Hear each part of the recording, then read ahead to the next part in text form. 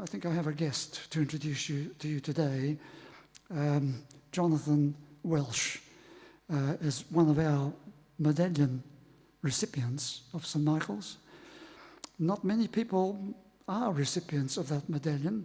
If you look at the list and consider that many people can get this medal and that medal, but not many people receive the St. Michael's medal each year. 2 people every year, sometimes only 1. Johnathon Welch has received our medal, and so I've invited him back to meet with us here today and to tell us a little bit about his life. Many of you would know of him as a very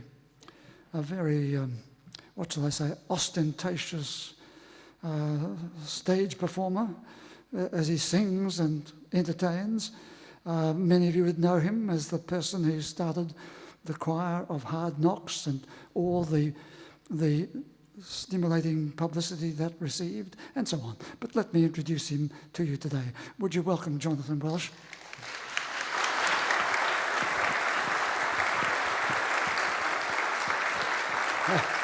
You're here. Ostentatious. Take a seat. Don't you think you're ostentatious? Very ostentatious. Am I? I don't know. That's an interesting, I don't know, I always find it fascinating, I suppose, how other people observe ostentatious. Other people. Ostentatious means that you walk just 2 inches above your usual level of the ground. Oh. That's good, I'm only 5'7", so I'm very happy about that. Johnathon, welcome. How come you got into music in the first place? Well, I think that's something for me that was just very natural. I was born into a very musical family. My mother was from a very musical family. She was born in Charlton, and her way up in sisters, northern Victoria? That's correct, yes, where they've been having all the problems with the floods over the last year or so. And it just something that just seemed very, very natural to me. Did she force you to do your piano? No, I didn't. In fact, she had to stop me, really. When I remember when I was 8, I have an older brother, Glenn is 6 years older than me. My sister Andrea is 9 years older than me. And they'd both been given the opportunity to study piano. And on my 8th birthday, I was allowed to start piano lessons. And I couldn't get out the door quick enough to begin that process. But I think it was something that seemed just very natural to me. My mother was also a church organist at a little Presbyterian church in Balaclava. And so this kind of gathering every Sunday morning for me was very much part of my life, and singing and communing and congregating, I suppose, was just something that seemed very natural for me, and music was a natural progression of that as well. And all your stage performances seems to be very natural as well. Yes. Did you learn that, or did you just pick it up as you went along? No. I think from a very early age, I was always making up little shows and little musicals at school, and always creating some kind of performance to either entertain my family or the neighbourhood or the school. Where did you go? Primary school. Where did you do that? Ripponlea Primary School. Ripponlea. What can you remember? Just one song particularly vividly to you from your primary school? The very first recording I can remember owning, well, there are a couple actually. I can remember my parents owning a recording of Fiddler on the Roof and seeing that up here in the Princess Theatre on Spring Street. But my very first own album was Winnie the Pooh, the musical, and in fact I learnt every song from memory, and by the time I was about 7 I produced Winnie the Musical, which I created from scratch. Of course, we were only allowed to wear shorts when we went to primary school, so my mother tacked on brown paper, crepe paper, and I tucked it into my socks so I looked like I had Winnie's brown legs. So I was always extremely creative and always creating some kind of show or performance. So it seems that, all these years, 50 years later, I'm still doing the same thing. Good. But the teacher in your primary school, did he or she, were they musical? Did they teach you any songs? I can't specifically remember any of the music teachers at primary school. I think the real formative expansion of my musical education began when I went to Melbourne Boys High. All right. In They taught you some music there? an extraordinary school. In fact, on Thursday at Melbourne Town Hall, I just adjudicated the house choral competitions at Melbourne High, which I was a house choral conductor, and my first experiences of conducting choral music were in front of 300 boys on the stage of Melbourne Town Hall. So that really took me back a long way on Thursday morning. I'm very proud of the fact that we have a couple of the music teachers from Melbourne High right here in this congregation. But now, what about how did you get into the choir of hard knocks? Here a group of, in keeping with what I'm talking about today, a group of people really regarded as hopeless in society generally, and discarded as pretty hopeless. But you formed, first of all, the choir of hard knocks, and then the choir of hope and inspiration. What a marvellous piece of work. How did you get into that? What tipped you over to get... I think going back a long way before that, my younger sister has a mental health issue. And I had an aunt that was also dealing with mental health issues when I was growing up as a young boy. So I was always around people dealing with these kinds of issues, I suppose. And for me, music was very much something that I used to escape, I suppose, and in many ways to help me find my own voice. But the very first choir that I created of this kind, working with the demographic of people that come from a homeless and disadvantaged background, was actually Sydney Street Choir. I lived in Sydney for almost 20 years. I was a principal tenor with Opera Australia and remained in Sydney until 2005, and I created Sydney Street Choir after reading an article about the Montreal Homeless Men's Choir in the year 2000. And I finally sort of saw a way, I suppose, that I could bring my skills and the work that I was doing with choral music to a demographic of people that, as you say, seemed to have little hope and little joy in their lives. And when I moved back to Melbourne in 2005, I was then invited to recreate that program that became the Choir of Hard Knocks.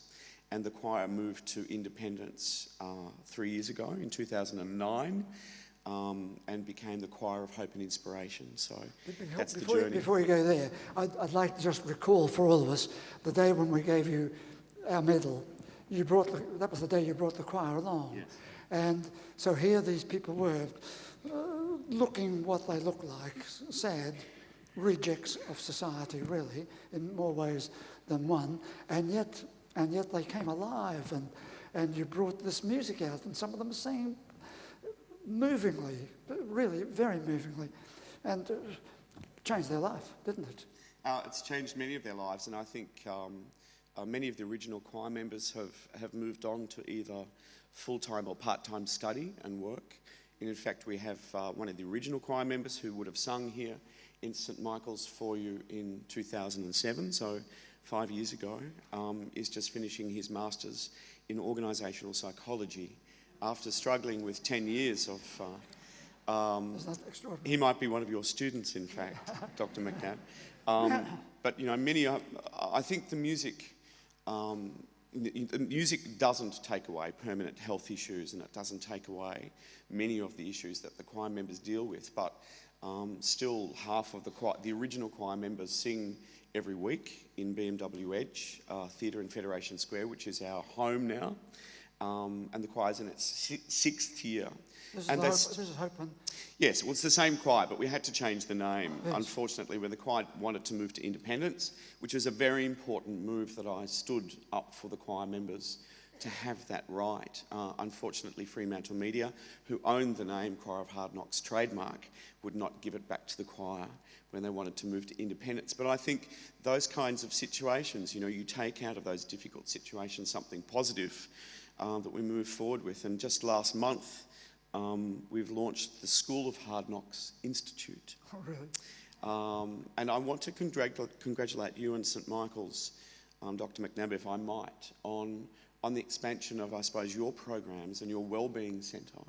And the School of Hard Knocks Institute is in many ways a similar kind of program for people who are disadvantaged or marginalised to experience, have the opportunity of engaging with professional artists and musicians and painters and potters in the community, to have a similar experience in other walks of musical arts and cultural life now. So it's a very exciting extension, I suppose, of beyond the choir program now.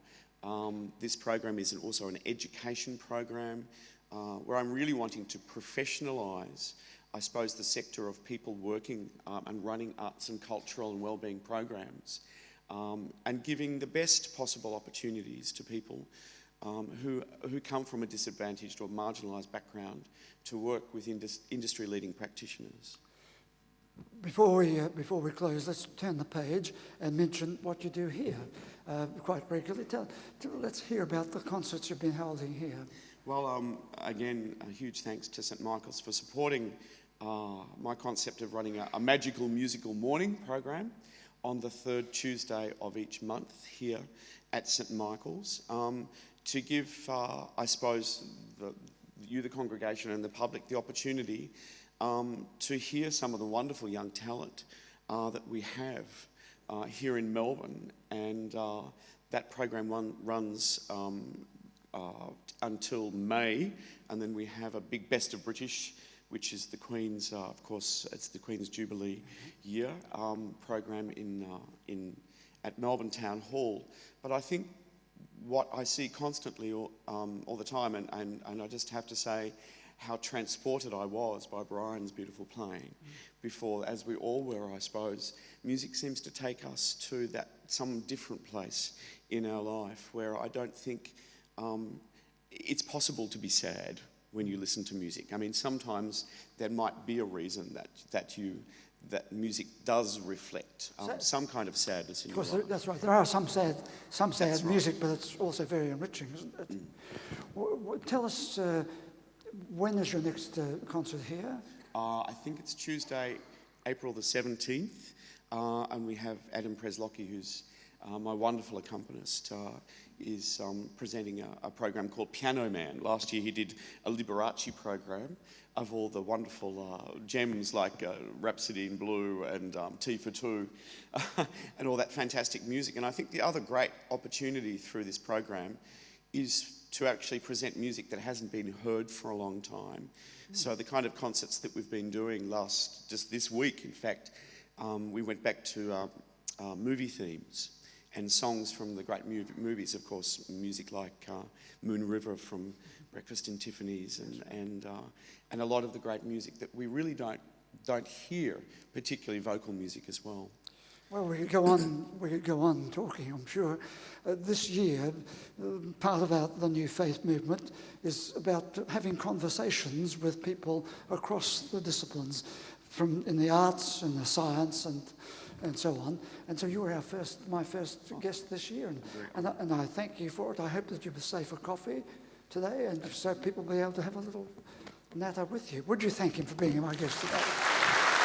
Thank you.